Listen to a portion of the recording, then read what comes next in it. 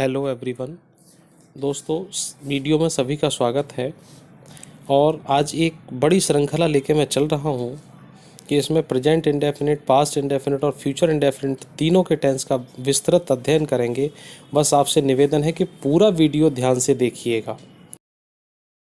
लेकिन थोड़ा सा और पहले बता दूंगा, और ये present indefinite tense, past indefinite tense, ये दोनों टेंस बहुत ही कंफ्यूज करते हैं बालकों को। लेकिन आज के इस वीडियो में उस कंफ्यूजन का पूरा समाधान होगा। बस आप पूरा वीडियो ध्यान से, आराम से, बिना स्किप किए हुए देखना है। मैं आपको शेयर करने के लिए, लाइक करने के लिए, सब्सक्राइब करने के लिए नहीं कहूंगा। आपको अगर खूब अच्छा लगे तो करना, नहीं तो बिल्कुल मत करना। लेकिन इस वीडियो को अंत तक जो भी देख लेगा, प्रेजेंट इंडेफिनिट टेंस नाम की चीज उसके लिए जीवन भर के लिए समस्या खत्म हो जाएगी। तो इसलिए बस एक निवेदन है कि पूरा वीडियो बिना स्किप किए हुए देखें। थोड़ा आगे बढ़ने से पहले एक नजर डालते हैं। एक प्रेजेंट टेंस होता है, एक पास्ट टेंस होता है और एक फ्यूचर टेंस होता है। इनका नाम सुन रखा होगा, खूब पढ़े भी होंगे आपने। ठीक, ये वर्तमान के लिए होता है, ये भूतकाल के लिए होता है और ये भविष्य के लिए होता है।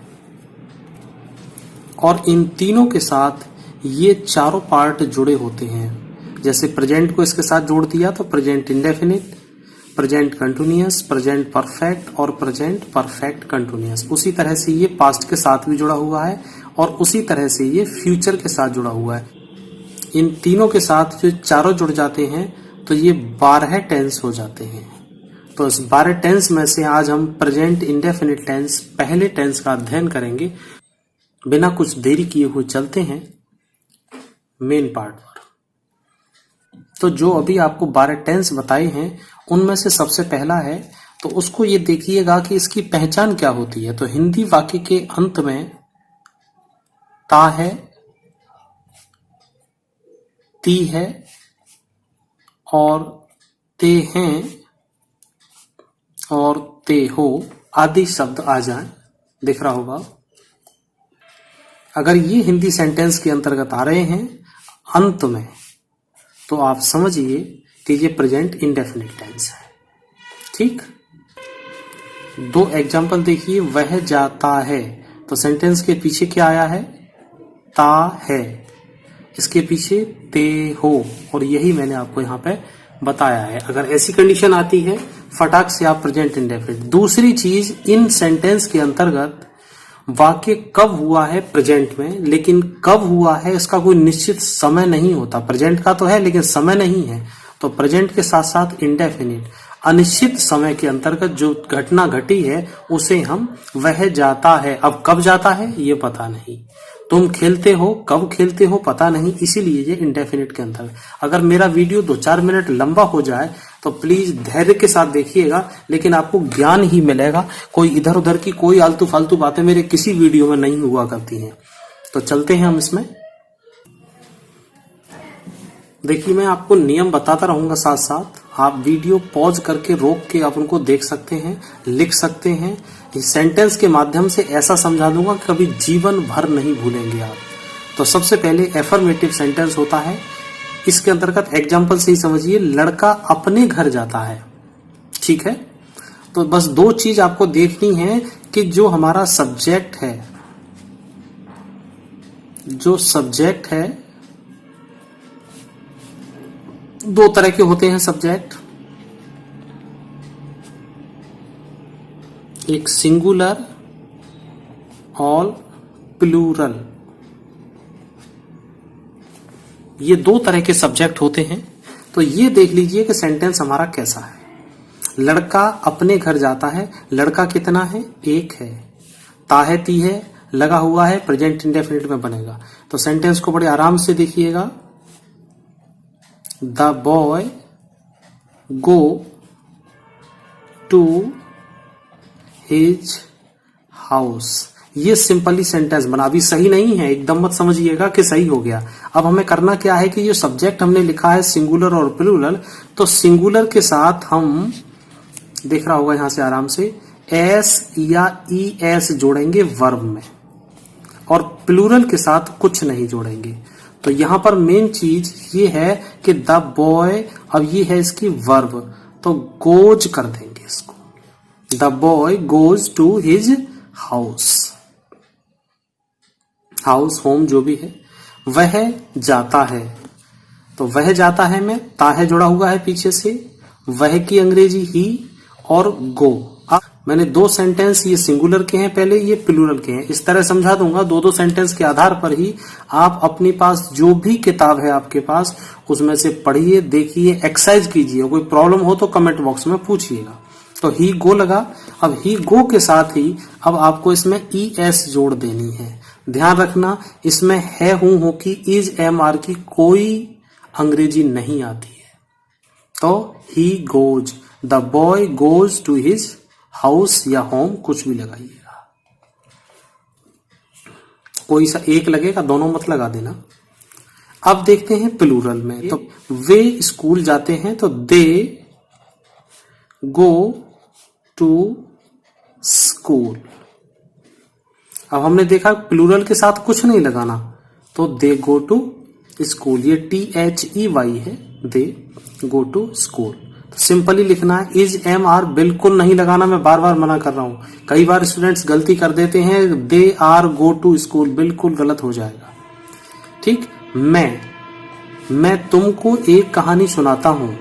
देखिएगा, मैं कहने में एक आदमी है कि मैं तुमको एक कहानी सुनाता हूं, लेकिन प्रेजेंट के अंतर्गत, इंडेफिनिट के अंतर्गत इसको प्लूरल में रखा गया है। तो I tell you a story.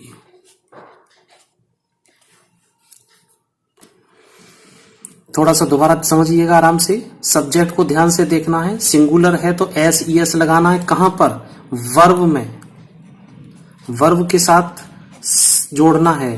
Plural है तो वर्ब में कुछ नहीं जोड़ना। वर्ब कौन सी होती है, जो काम सेंटेंस के अंदर हो रहा है, अपने घर जाने का काम हो रहा है, तो जाने की गो, तो हमने ES जोड़ दिया, गो, ES जोड़ दिया।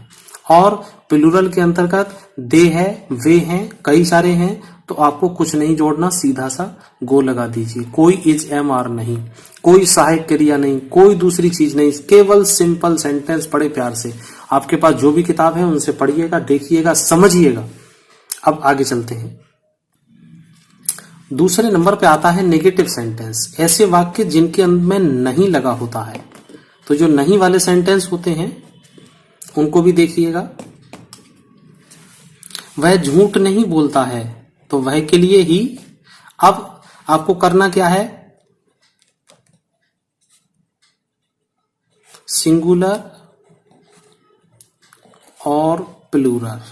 सिंगुलर के लिए डज और प्लूरल के लिए डू, और इन्हीं के साथ जोड़ना है आपको not.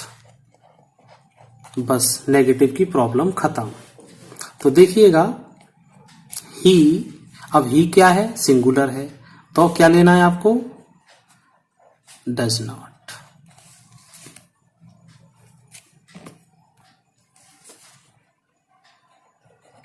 He does not tell a lie।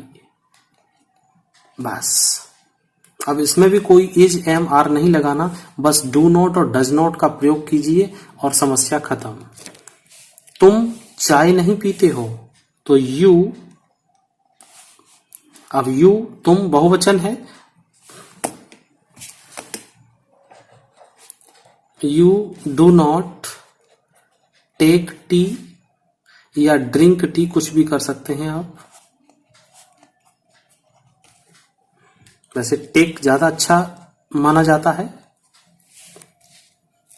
ये दो सेंटेंस थोड़े से अलग हैं इन्हीं के, लेकिन थोड़ा सा ध्यान से समझिएगा इनको। वह कभी स्कूल नहीं जाता, जब सेंटेंस के अंदर कभी नहीं और हमेशा आ जाए, अब ऐसे सेंटेंस को क्या करना है, ये थोड़ा सा इन्हीं नियम के साथ साथ अलग है।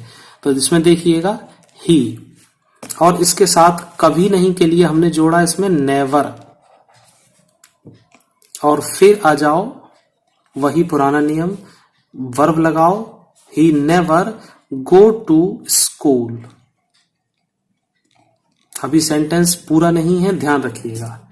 अब हमको क्या करना है, जब कभी नहीं और हमेशा दोनों से ये आ जाएं सेंटेंस के अंदर, ये वर्ड हो या ये वर्ड हो, तो इस सेंटेंस को जैसे सिंपल वाले नियम के अनुसार बनाएंगे तो इसमें ES जोड़ना है। He never goes to school, वह कभी स्कूल नहीं जाता है। अब हुआ सेंटेंस पूरा। ठीक, बहुत ध्यान से आराम से देखिएगा, एक एक चीज समझिएगा। वीडियो को चाहो तो 2 बार देख लो, लेकिन गलती मत करना। तुम हमेशा सच बोलते हो, तो तुम के लिए यू लगाया, और इस हमेशा के लिए हमने क्या लगाया, ऑलवेज। You always. अब यू है, बहुवचन है, बहुवचन के साथ हमने बताया था अभी आपको कि वर्ब के अंतर्गत कुछ नहीं लगाते हैं, वही काम यहां करेंगे।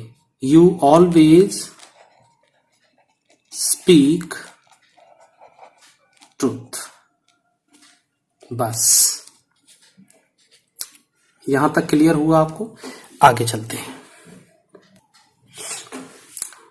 देखिए, इंटेरोगेटिव 2 प्रकार के हुआ करते हैं। मैं फिर कह रहा हूं, समझाने में वीडियो थोड़ा सा लंबा हो सकता है, लेकिन आपको नॉलेज ही मिल रही है। जब सेंटेंस में क्या शब्द पहले लगा हो, या फिर ये कहिए कि जिस प्रश्न का उत्तर केवल यस और नो में, हाँ और ना में आता हो, वो हमारा सिंपल इंटेरोगेटिव होता है। तो क्या वह सड़क पर दौड़ता है, इसका आंसर क्या लेंगे आप, हाँ और ना। वह दौड़ता है, नहीं दौड़ता है, बस। तो हाँ और ना में जो आंसर आते हैं वो सिंपल इंटेरोगेटिव होते हैं, और जिनमें कुछ शब्द बोलना हो, सेंटेंस बोलना हो या पूरी बात बतानी हो, वो हमारे सेकंड टाइप के इंटेरोगेटिव हुआ करते हैं। वह कहाँ रहता है, अब इसमें यस नो नहीं कर सकते हैं, ये तो आपको जगह बतानी पड़ेगी, दिल्ली, लखनऊ, कानपुर, इलाहाबाद कहाँ रहता है। ठीक, तो इस पहले एग्जाम्पल पर चलते हैं। क्या वह सड़क पर दौड़ता है। जैसे ही आपको क्या वाले सेंटेंस प्रेजेंट इंडेफिनिट के मिलते हैं जिनमें ता है, ती है लगा हुआ है, तो सबसे पहले आप उसको सब्जेक्ट देखिए। सब्जेक्ट क्या है, सिंगुलर या प्लूरल। सिंगुलर है तो उसके साथ डज, और प्लूरल है तो उसके साथ आपको डू लगाना है। तो हमारा ये वह है, सिंगुलर है तो हम यहाँ पर सबसे पहले डज का प्रयोग करेंगे। उसके बाद फिर सब्जेक्ट लेंगे, does he run on road. ध्यान रखना, यहां रन्स नहीं करना है, क्योंकि वो केवल सिंपल वाले में होगा, इनमें नहीं होगा। बस सहायक क्रिया को आगे लगा दीजिए, क्या की अंग्रेजी वाट नहीं लगानी है आपको। क्या वे क्रिकेट खेलते हैं, सब्जेक्ट देखा हमने, प्लूरल है, बहुत सारे लोग हैं, कितने भी हो सकते हैं, 2 या 2 से अधिक कितने भी हों, सब प्लूरल होते हैं। अंग्रेजी में सिर्फ एक का मतलब एक होता है, सिंगुलर। तो यहां प्लूरल के लिए डू, दे प्ले क्रिकेट, पीछे क्वेश्चन मार्क दोनों में। बिल्कुल क्लियर हो रहा होगा, मैं उम्मीद करता हूं सबको समझ में आ रहा होगा। जब समझ में आ रहा है तो एक लाइक तो बनता है भाई, लाइक कीजिए भाई सभी स्टूडेंट्स। अब ये आता है वह कहाँ रहता है। तो जब इस तरह का सेंटेंस आ जाए तो सबसे पहले इसी शब्द की अंग्रेजी लिख दो, वेयर, और फिर उसी नियम पे आ जाओ उस पे। तो जैसे वह है सिंगुलर, तो सिंगुलर के लिए फिर डज लेके आनी है आपको, वेयर डज ही लिव, और पीछे क्वेश्चन मार्क। लिव्स मत करना, मैं फिर कह रहा हूं, SES सिंपल में लगेंगी, उसके बाद नेगेटिव इंटरोगेटिव में कुछ नहीं लगना, डू डज लगेगा, जो नियम बता रहा हूं वो लगेंगे। Where does he live. आगे देखिए, तुम रोजाना स्कूल क्यों नहीं जाते हो। अब देखिए इस सेंटेंस के अंतर्गत क्यों और नहीं दोनों शब्द एक साथ आ गए, इंटेरोगेटिव और नेगेटिव। अब इनको कैसे करेंगे, आप इसी नियम के अनुसार करेंगे, क्योंकि अंग्रेजी के लिए वाई, तुम बहुवचन है तो तुम के अंग्रेजी ये आ गई, और ये बहुवचन है तो इसके साथ हम क्या लगाएंगे, डू। तो वाई डू यू, नॉट अपनी जगह पे सब्जेक्ट के बाद और वर्ब से पहले। Why do you not go to school, अब रोजाना की अंग्रेजी सबसे पीछे लगा दो, डेली, और पीछे क्वेश्चन मार्क। क्लियर हुआ? सबसे पहले प्रश्नवाचक शब्द की अंग्रेजी, उसके बाद हेल्पिंग वर्ब और उसके बाद सब्जेक्ट, फिर नॉट। नॉट हमेशा वर्ब से पहले रखें, सब्जेक्ट के बाद रखें। यदि सब्जेक्ट नहीं है तो यों के त्यों आ जाएगा। अगला सेंटेंस थोड़ा सा समझने का है, ध्यान दीजिए। तुम्हें अंग्रेजी कौन पढ़ाता है? ठीक, अब ये प्रश्नवाचक भी है, तो कौन की अंग्रेजी सबसे पहले ये। तो ये जब हु शब्द किसी जगह सब्जेक्ट का काम करता है, कर्ता का काम करता है, पढ़ाने वाला कौन है? पढ़ाता है। कौन पढ़ाता है? कौन। तो जो प्रश्नवाचक शब्द है यही आपका सब्जेक्ट है। तो जब यही सब्जेक्ट है तो इसके बाद आपको जो वर्ब लेनी है ये आ गई। अब जब सब्जेक्ट एक आदमी पढ़ाने वाला है तो इसलिए इसको सिंपल में बनाकर ES जोड़ना है। हु टीच, किसको? तुमको। Who teach you English. और पीछे आगे सेंटेंस देखिए, तुम अखबार क्यों नहीं पढ़ते हो? तो क्यों की अंग्रेजी वाई। तुम है डू, यू नॉट अपनी जगह पर, Y do you not read news paper. और पीछे क्वेश्चन मार्क। तो स्टूडेंट्स, मैं उम्मीद करता हूं आपको प्रेजेंट इंडेफिनिट समझ में आ गया होगा। स्टूडेंट्स, मैं उम्मीद करता हूं आपको पूरी तरह समझ में आ गया हो। जिनको समझ ना आया हो मुझे कमेंट करके बताएं और वीडियो को 2 बार देखें, 3 बार देखें। आपके पास जो भी किताब घर में मौजूद है उस किताब की एक्सरसाइज जो पीछे दी गई है उन सभी एक्सरसाइज को कीजिएगा और वीडियो को 2-3 बार देखो और फ्रेंड्स को शेयर करो। आपके फोन में जितने भी व्हाट्सएप ग्रुप हैं, जितने भी फ्रेंड्स हैं, सबको शेयर कर डालो। ये आपकी जिम्मेदारी है, क्योंकि मैं पढ़ाने के लिए आपके लिए जो सेवा दे रहा हूं ये एक समाज सेवा है और इस समाज सेवा का यही फीस है कि बस आप शेयर कर दीजिए जितना हो सके। तो पास्ट का मतलब होता है भूतकाल, जो चीज बीत चुकी है वो। इंडेफिनिट का मतलब होता है अनिश्चित। भूतकाल में बीता हुआ है लेकिन अनिश्चित है, उसका समय कोई निश्चित नहीं है। और वो वाला काल जो भूतकाल में अनिश्चित बीत गया हो। ठीक, 2-3 एग्जाम्पल देखिए। वह आया, तो ये तो नहीं कह रहे कब आया, कोई टाइम पता नहीं है। वह आया, और जिनके पीछे या लग जाए, ई लग जाए, जैसे मां मंदिर गई। ठीक, मैं स्कूल जाता था, ता था, ती थे, कई सारे शब्द आ जाते हैं। तो इसकी पहचान को थोड़ा सा डिटेल में बताता हूं। ता था, ती थे, ते थे, या, ये, ई। ठीक है, और जो भी आएगा वो आपको आगे बताएंगे। तो बहुत आराम से प्यार से देखिए, ये शब्द इस तरह से लगे हुए तो पास्ट इंडेफिनिट हो जाता है। इसकी हेल्पिंग वर्ब होती है डिड, कोई दूसरी हेल्पिंग वर्ब नहीं है जैसे दूसरों की होती है हैज, हैव या वाज वर्ब। इस टेंस की अकेली हेल्पिंग वर्ब है डिड। तो बिना कुछ देरी किए हुए चलते हैं इसमें आगे। तो इसके अंतर्गत सबसे पहले आता है एफर्मेटिव सेंटेंस, और इसके सेंटेंस को पढ़ते पढ़ते, बनाते बनाते, ट्रांसलेट करते हुए ये सारे नियम भी साथ साथ याद हो जाएंगे। इसको कोई अलग से याद करने की आवश्यकता नहीं है। तो एफर्मेटिव सेंटेंस के अंतर्गत क्या है? सब्जेक्ट लगाना है, वर्ब की सेकंड फॉर्म लगानी है, ऑब्जेक्ट और अदर वर्ड। और सबसे मुख्य बात है डिड का प्रयोग बिल्कुल भी नहीं करना इन वाक्यों में जो पास्ट इंडेफिनिट के एफर्मेटिव सिंपल सेंटेंस होते हैं उनमें, केवल इनमें। अब कहेंगे कि डिड तो अभी हेल्पिंग वर्ब बताया था, उसका प्रयोग आगे होगा, उसको याद रखिएगा। तो मैंने स्पेशली कह दिया इन वाक्यों में नहीं होगा। सेंटेंस देखिए, वह कल यहां आया, तो या ये आ रहा है इनमें, वह के लिए ही, और कल यहां आया तो वर्ब की सेकंड फॉर्म लेते हैं, कम का हो जाता है केम, CAME। He came here yesterday. Sentence अपने आप में कंप्लीट है, कोई डिड लगाने की आवश्यकता नहीं है। बस आपको करना क्या है, इसमें वर्ब की सेकंड फॉर्म से ही पर्याप्त हो गया, और वर्ब की सेकंड फॉर्म केवल पास्ट इंडेफिनिट के सिंपल में ही आती है, एफर्मेटिव में ही आती है, और दुनिया में कहीं इसका कोई यूज नहीं है। माताजी ने खाना बनाया, तो माताजी, मदर, अब आती है कुक, और इसकी second form cooked, mother cooked food. अब जो ऊपर वाले सेंटेंस थे उनको भी सिंपल में ही बनाई देता हूं, जो अभी अभी मैंने छोड़ दिए थे। वह आया,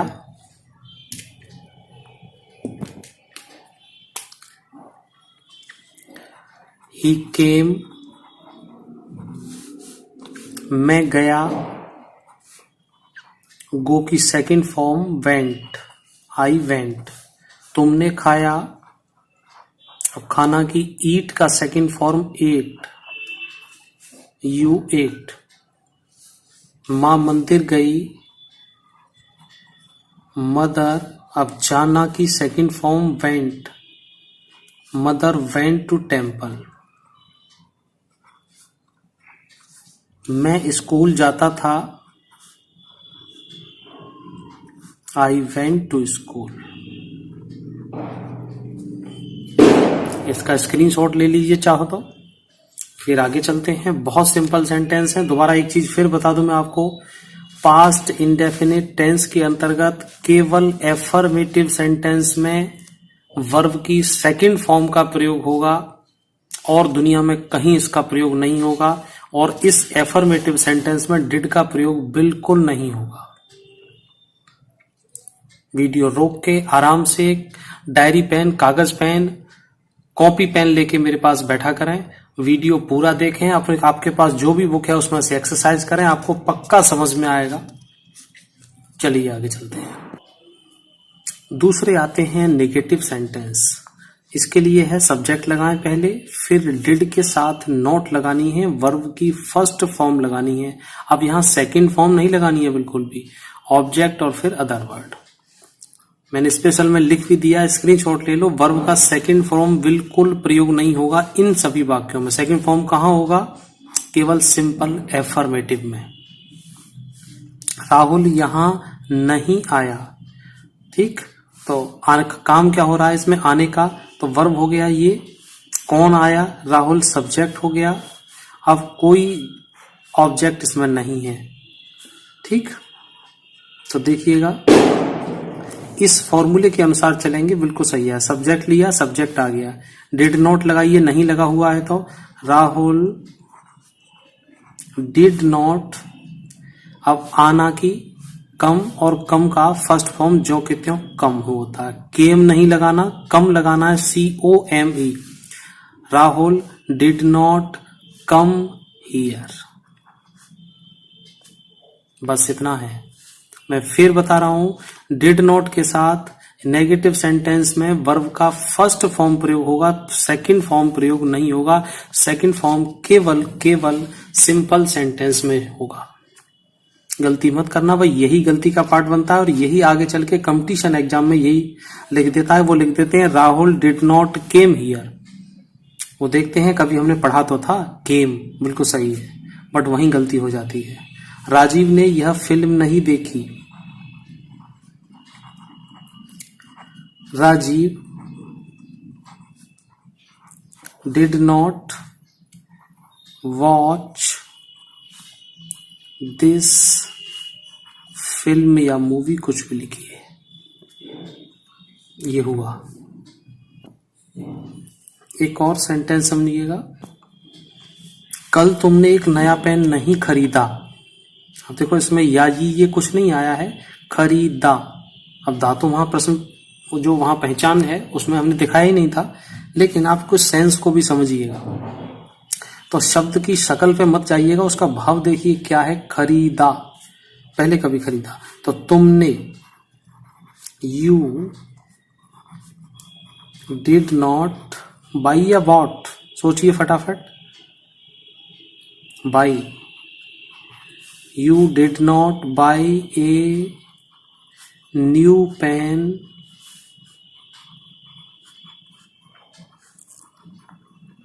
यस्टरडे, एक ही शब्द है पूरा, ठीक। You did not buy a new pen yesterday, कल तुमने एक नया पेन नहीं खरीदा। तो ये सब हो गए नेगेटिव सेंटेंस।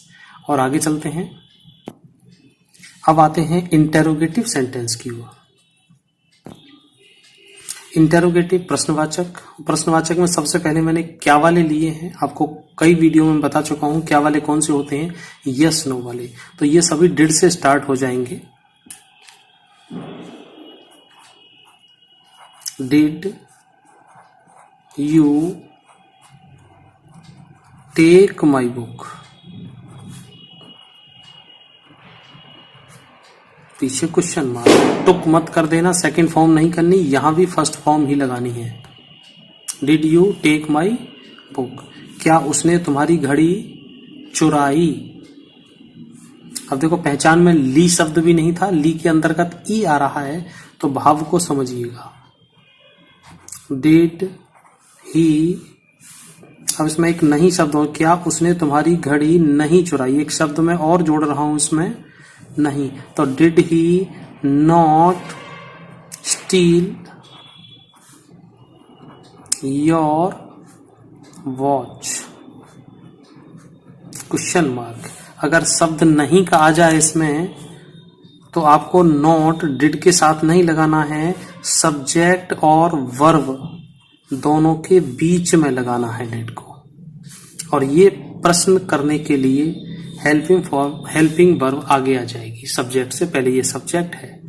मेरे दूसरे वीडियो पढ़े, एक एक शब्द का क्लैरिफिकेशन किया हुआ है कि ये योर क्या है यहाँ पर और ये वॉच क्या है यहाँ पर, वो सब कुछ आपको आगे ही बताया जा चुका है, पहले ही देखा है, आप प्ले लिस्ट से वीडियो देख सकते हैं।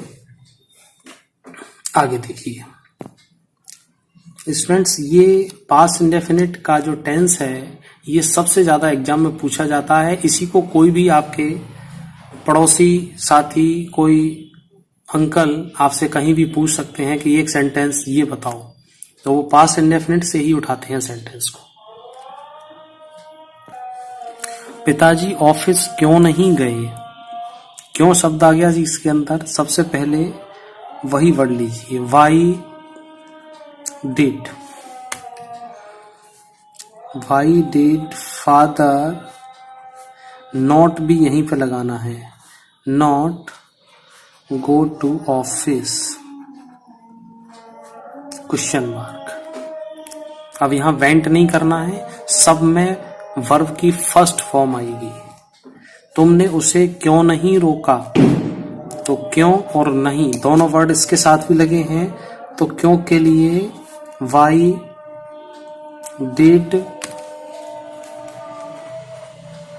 You not stop him.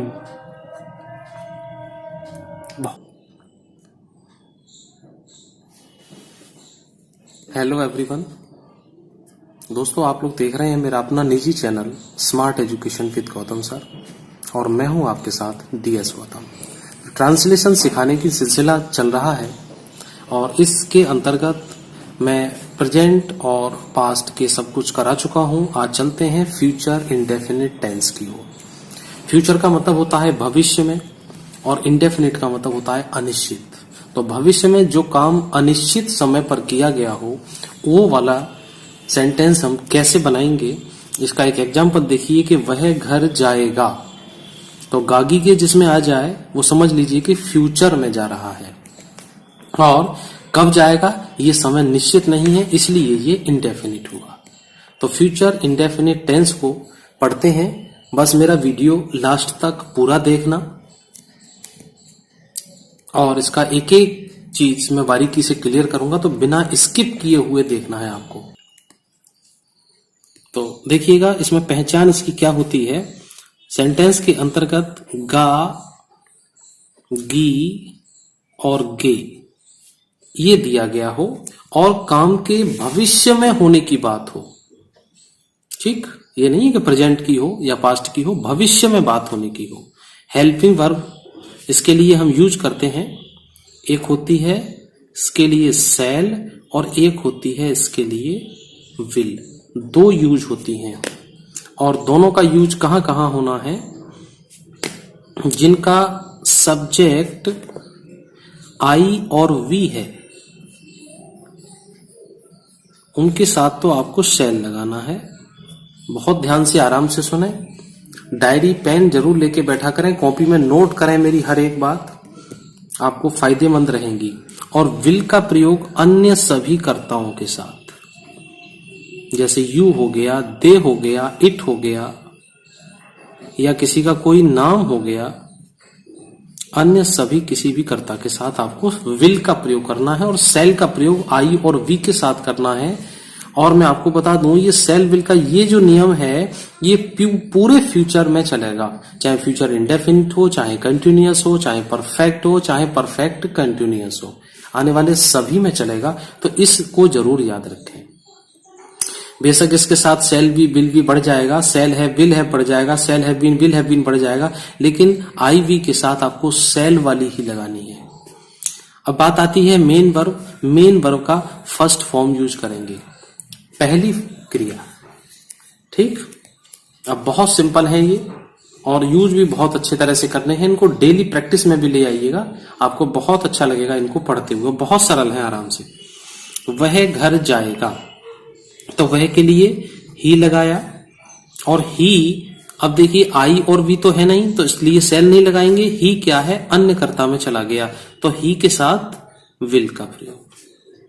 He will go, गो जानने के लिए, गागी गेस में लगा हुआ है, ही विल गो होम, और फुल स्टॉप। फ्यूचर के लिए हमने विल लगा दिया, इसके अंतर्गत क्रिया की फर्स्ट फॉर्म लगाई। बस ये दो ही चीज याद रखें, इतने में ही हो जाएगा। जिनको कोई भी चीज समझ में ना आए, वीडियो को 2 बार देखना, 3 बार देखना। आपके पास घर पर जो भी किताब इंग्लिश की, ग्रामर की, ट्रांसलेशन की है, सभी किताबें बहुत अच्छी हैं, उनको पढ़िएगा। कंसेप्ट यहां से समझो, एक्सरसाइज वहां से कर लो। फिर भी कोई प्रॉब्लम है कमेंट बॉक्स में बताओ। मैं एक पत्र लिखूंगा। अब देखिए, मैं आया, आई आ गया, आई के साथ अब सेल लगाना है कि विल लगाना है? अभी आपको यहां पे बताया था कि सेल जो है आई और वी के साथ यूज करना है, और हमारे पास यहां पर आई है, तो आई के साथ हम क्या लगाएंगे? सेल, आई सेल। अब लिखने की वर्ब लगाइएगा, राइट, WRITE, राइट। क्या लिखेंगे? A letter, full stop. यहां तक क्लियर है? आगे चलिए।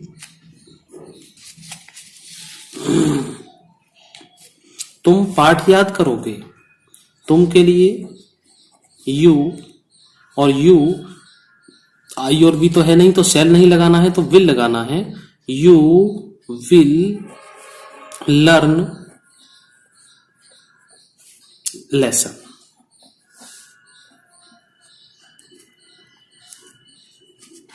अब नेगेटिव वाला देखिए, इनमें नेगेटिव आता है, तो वो कैसे करना है? अब ये अमन बाजार नहीं जाएगा, तो Aman will not go to market.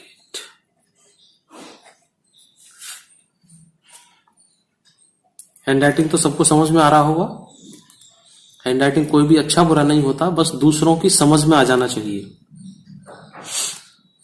तो जब नहीं आ जाए, उस कंडीशन में आपको सेल और विल के साथ नॉट का प्रयोग करना है। और नॉट हमेशा वर्ब से पहले लगती है। वर्ब ये है और हमारी नॉट इससे पहले है और विल के बाद में है, तो सेल और विल के साथ लगाना है। सेल विल हमेशा वर्ब से पहले ही लगती है। चलिए आगे देखते हैं। ये है, क्या वह मेरी सहायता करेगा? तो क्या के लिए कुछ अलग से वर्ड का मीनिंग नहीं लगाना है, पहले वह क्यों देख लो। वह क्या है? ही। अब ही के साथ सेल लगेगा या विल लगेगा? विल लगेगा, तो विल को यहां से पहले ले लो, जो यहां पे था इसको पहले ले लेते हैं, तो विल इसकी अंग्रेजी बन जाती है। अगर सब्जेक्ट से पहले हेल्पिंग वर्ब आ जाए तो क्या का भाव देती है। तो विल ही हेल्प, किसकी सहायता करेगा? मी। देखिए इतने लंबे सेंटेंस का इंग्लिश ट्रांसलेशन छोटा सा, इसीलिए कहते हैं कि अंग्रेजी बहुत सरल और अच्छी भाषा है। बस थोड़ा सा आप मन लगा के पढ़िए, और मेरे साथ जो भी पढ़ रहे हैं, जितने भी, चाहे उन्होंने चैनल को सब्सक्राइब किया है या नहीं किया है, समझ में सबकी में आ रहा है, मुझे ऐसी उम्मीद है। क्या वह आज स्कूल जाएगा? तो क्या के लिए? फिर वही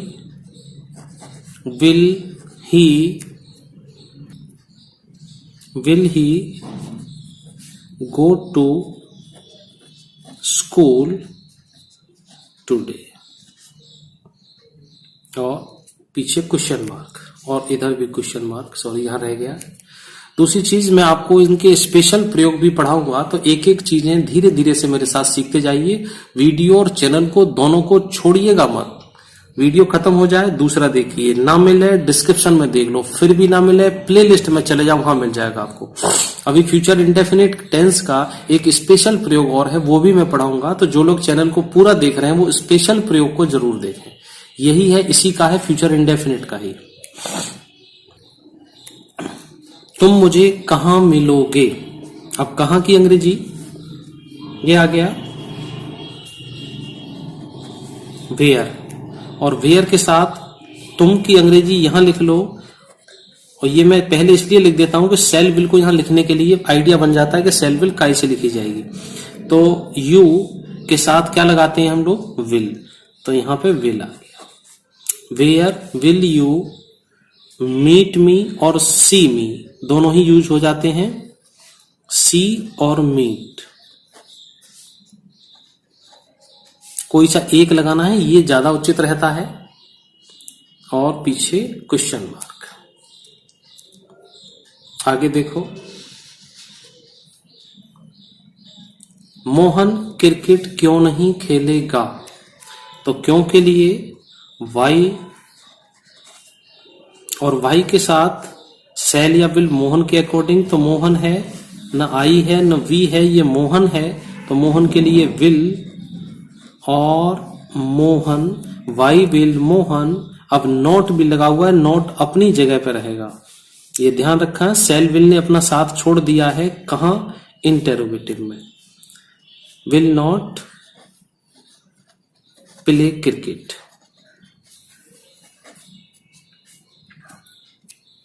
बहुत ही सिंपल है, बड़े आराम से आप इनको सीखते जाइएगा। और ये फ्यूचर इंडेफिनिट डेली यूज में भी बहुत प्रयोग होता है। यहां कौन आएगा? तो जब कौन वाले सेंटेंस में आपको हर बार बता रहा हूं कि ये हु से स्टार्ट हो जाते हैं और इनके साथ हेल्पिंग वर्ब लग जाती है, तो हु विल कम हियर, और पीछे क्वेश्चन मार्क। तो ये कौन जिसमें सब्जेक्ट का काम कर रहा हो, वहां हु लगाने के बाद इसको सिंपल की तरह से बनाते हैं, हु विल कम हियर। यहां कौन आएगा?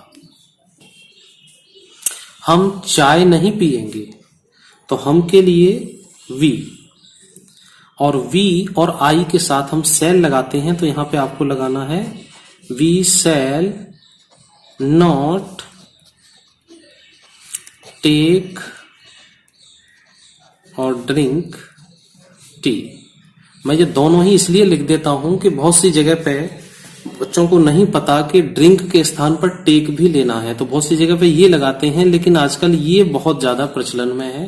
तो आप भी टेक का प्रयोग करना शुरू कर दीजिए, क्योंकि ड्रिंक जो यूज होता है वो ड्रिंक करने के लिए या इंटॉक्सिकेशन या कोई लिकर लेने के लिए यूज होता है। तो हम शुद्ध चीजों के लिए ये टेक का प्रयोग करते हैं। तो इस सेंटेंस के अंतर्गत कुछ ज्यादा विशेष नहीं है समझने समझाने के लिए, लेकिन फिर भी आधा मिनट का नजर इस पर डालिएगा। फ्यूचर का इंडेफिनिट गागीगे आना है, सेल विल लगेगा, आई बी के साथ सेल और अन्य सभी के साथ विल, और मेन वर्ब की फर्स्ट फॉर्म लगेगी, और इसमें कोई किसी तरह का झंझट नहीं है। तो बड़े आराम से इसको देखिएगा। ही विल गो होम और I shall write a letter, you will learn lesson. इन सेंटेंस को 2-4 बार बोलिएगा, मैं आपको इंग्लिश स्पीकिंग तक ले जाने वाला हूं, तो ये ग्रामर, ट्रांसलेशन सब कुछ मेरे साथ करते रहिए। फिर आपको लिए चलते हैं हम आगे को। चलिए फिर मिलते हैं।